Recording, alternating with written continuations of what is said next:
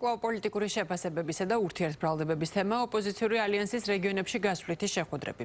დისკუსია დღეს ფოთში იმართება, მანამდე ქუთაისში და ბათუმში დარბაზში დახურულ ფორმატში გაიმართა აუდიენციები. მმართველ გუნდში აცხადებენ, რომ რეგიონებში გასვლა კარდაკარ, სოფელ-სოფელ და მუნიციპალიტეტებში სიარულს ნიშნავს, ამის გარდა ოპოზიცია არაფერს აკეთებს.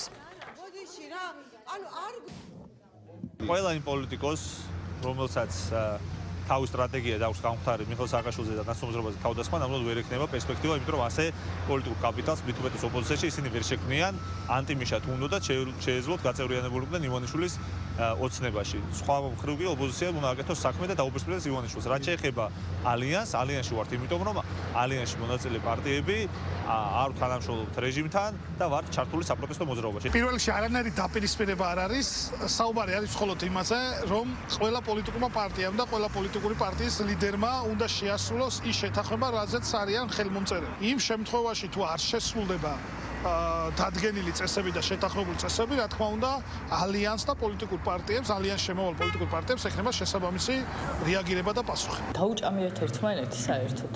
არ ვარ დაინტერესებული არც მათი პოსტებით არ ვკითხულობ. ქართველი ხალხი შეაფასებს ამას და ქართველი ხალხი გადაწყვეტს, მათი გადაწყვეტილება, მათი არჩევანია, უნდა ცალ-ცალკე იქნებიან, უნდა ერთად იქნებიან, როგორც უნდათ ისე მოიქცნენ.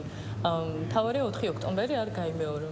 ეს არის ყველაზე მთავარი მოთხოვნა. ეს არის მორიგი ტრანში ჩამოვიდა, დაავალეს ამ უსამშობლოებს გაერთიანება. ეხა იქიდან მოვიდა ახალი დაფინანსება, გაერთიანეს და ეხა ამიტომაც ვერ იყოფენ იქ სკამებს. რეგიონებში გასვლა ნიშნავს, რომ იარო კარდაკარ, სოფელ-სოფელ, მუნიციპალიტეტებში იარო შეხვდე, რასაც ჩვენ ვაკეთებთ. დაიქირავეს დარბაზი, დადგეს 100 სკამი, ისიც ვერ შეა, რატო გამოგაგდეს ჟურნალისტები?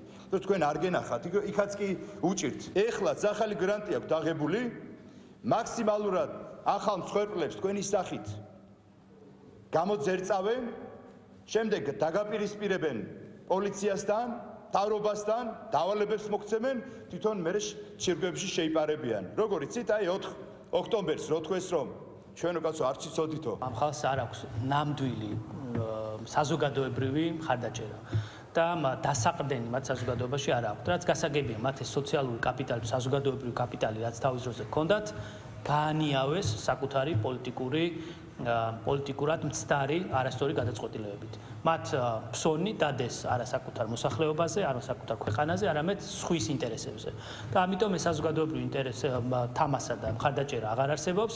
ამიტომაც არის აი მთელი რიგი უხერხულობები, მსუბუქად რო ვთქვათ, რომ დამალვა, ჩუმად რაღაცების ჩატარება, მალულად, ფარულად ჩატარება, რომ არ გამოჩნდეს, არ გაშიშვლდეს მთელი სიყალბე, რაც არის ამ ალიანსის ეგრეთ წოდებული ალიანსის გარშემო. ოპოზიციაში დაპირისპირებები იქნება, ეს არ არიან ადამიანები, ვისაც შეუძლია ერთად იყვნენ რა და ლიდერობაც არის თემა რასაკვირველია. გარდა ამისა, ყველას უნდა რომ პატრონს დაანახოს თავი, როგორც ყველაზე ქმედითი პიროვნული თუ სტრუქტურა, რომელიც მეტად უნდა დაფინანსდეს და მეტი მხარდაჭერა უნდა ქონდეს. ვიღაცის წინაშე გაპრანჭვა და კეკლუცობა ეს ჩვეულებრივი ამბავია, მაგრამ თავი დავიხსოვოთ. საერთო აბრევიატურა აქვს ამას ყველაფერს, ეს არის კოლექტიური ნაცმოძრაობა და შეგნით ეს ფუთფუთი რასაკვირველია, მათ ხასიათს რასაკვირველი გამოხატავს, მაგრამ ჩინა არც არ ცვლის. საქართველოს ვის მეტად შეუძლია დააზიანოს, ეს არის თემა, რომლითაც ერთმანეთს უპირისპირდებიან.